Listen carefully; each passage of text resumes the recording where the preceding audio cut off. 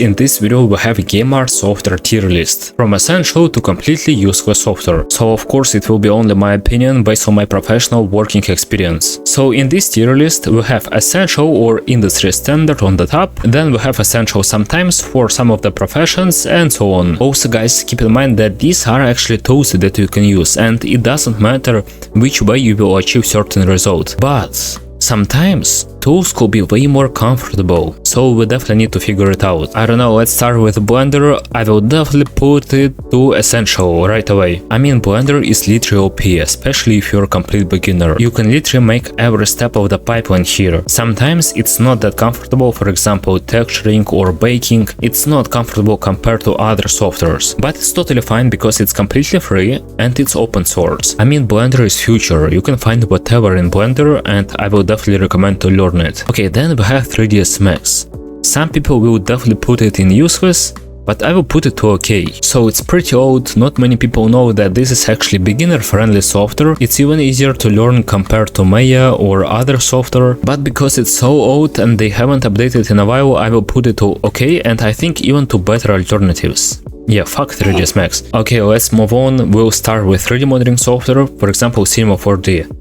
I don't know a single person in game dev who will use it. Before, we kind of use it even for hand paint texturing. Right now I will definitely put it to better alternatives for game dev. Alright, then we have Maya, which is, I would say, essential. This is still industry standard software. Sometimes studios will use only Maya and it's actually very powerful for 3D modeling. In my personal taste, I will put Blender on top of it, but I can't put it on any other place because so many studios are actually using only Maya. By the way, if you're one of them, you can explain it in the comments. Alright, then we have Modo or whatever. I haven't heard about this in a while. I will definitely put it to better alternatives. I suppose it's fine for hard surface, but I don't know guys. Then we have Topogun. I will put it to OK. This is retopology software. I know many people love it. They feel very comfortable, but I don't know guys, what's better, this one or Blender with retop flow. Okay, then we have Rhizome or Rhizome UV. I would say this is good because I heard so many good reviews. I haven't used it at all, but I know it's very comfortable for UVs. Okay, then we have ZBrush. In my opinion,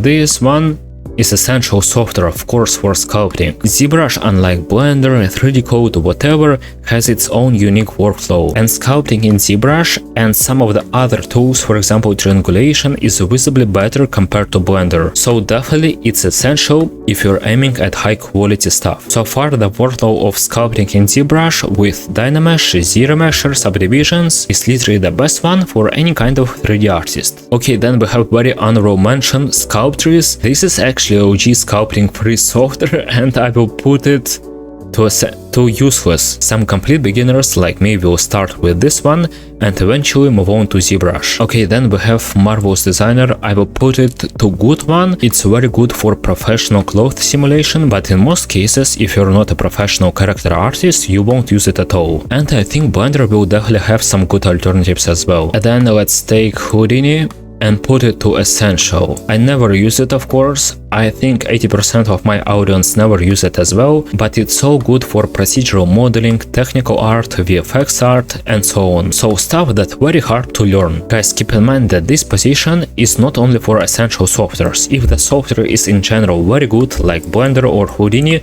I will put it here as well. Then I will put Photoshop to essential, of course. And this is so good to edit your images and set up presentation of your final work. So every time we render our models in PNG and then we set it up in Photoshop. And also you can texture, you can paint in Photoshop as well. Then we have Krita. I would say this is just good. I won't put it to OK.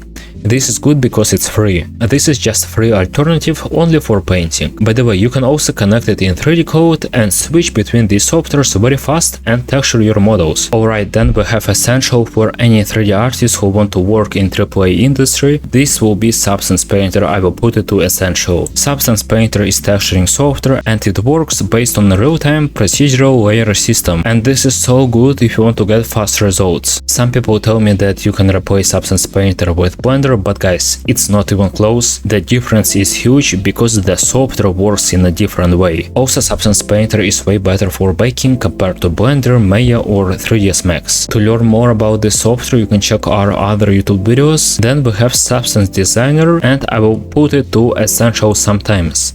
Only if you're working as environment artist or material artist. This is basically image generation software which allow you to create very nice procedural materials, and it looks like magic. And back then I started as material artist, you can see some of my works, then I switched to hand paint on low poly and then to hand paint with PBR. Then we have Substance Alchemist.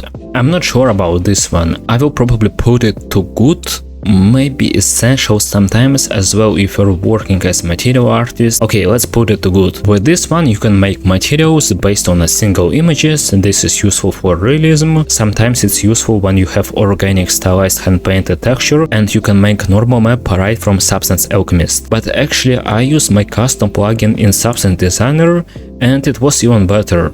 So I will definitely put it to good, not in essential. Okay, then we have Quixel, which is kind of in the same niche for environment art, and I will just put it to good. We have Quixel Megascans, this is huge library of materials. This is nearly as essential for realism, but I'm working in stylized industry, so I'm not sure, I will put it in good. So Megascans is the huge photoscan library of assets and materials, and you have quick integration with game engines. Then we have Unreal and Unity.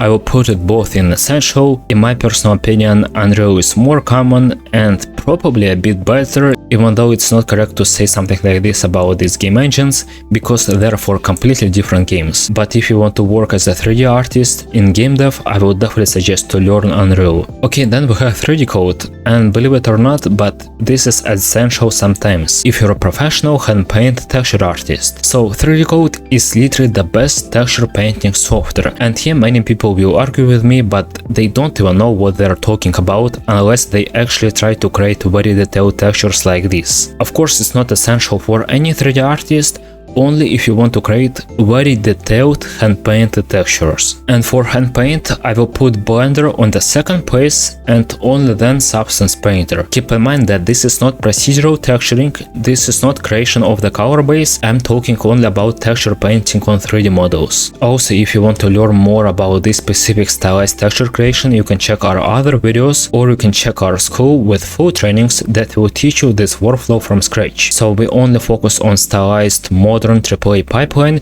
You can see some of our works right here. And guys, to simply see the quality that you can achieve with 3D code, you can just take a look at this model, especially if you're painting in Substance Painter, and you can ask yourself, would it be possible to paint something like this from scratch in Substance Painter? But yeah, I put it to essential sometimes, not to essential, because it very depends on the style of the project. Okay, then we have Keyshot, like, who will use this software in 25? I remember back then when I was starting out, it was a good rendering software, but then Marmoset appeared, Blender became way better, also Unreal Engine became better for rendering as well, and then we have Marmoset.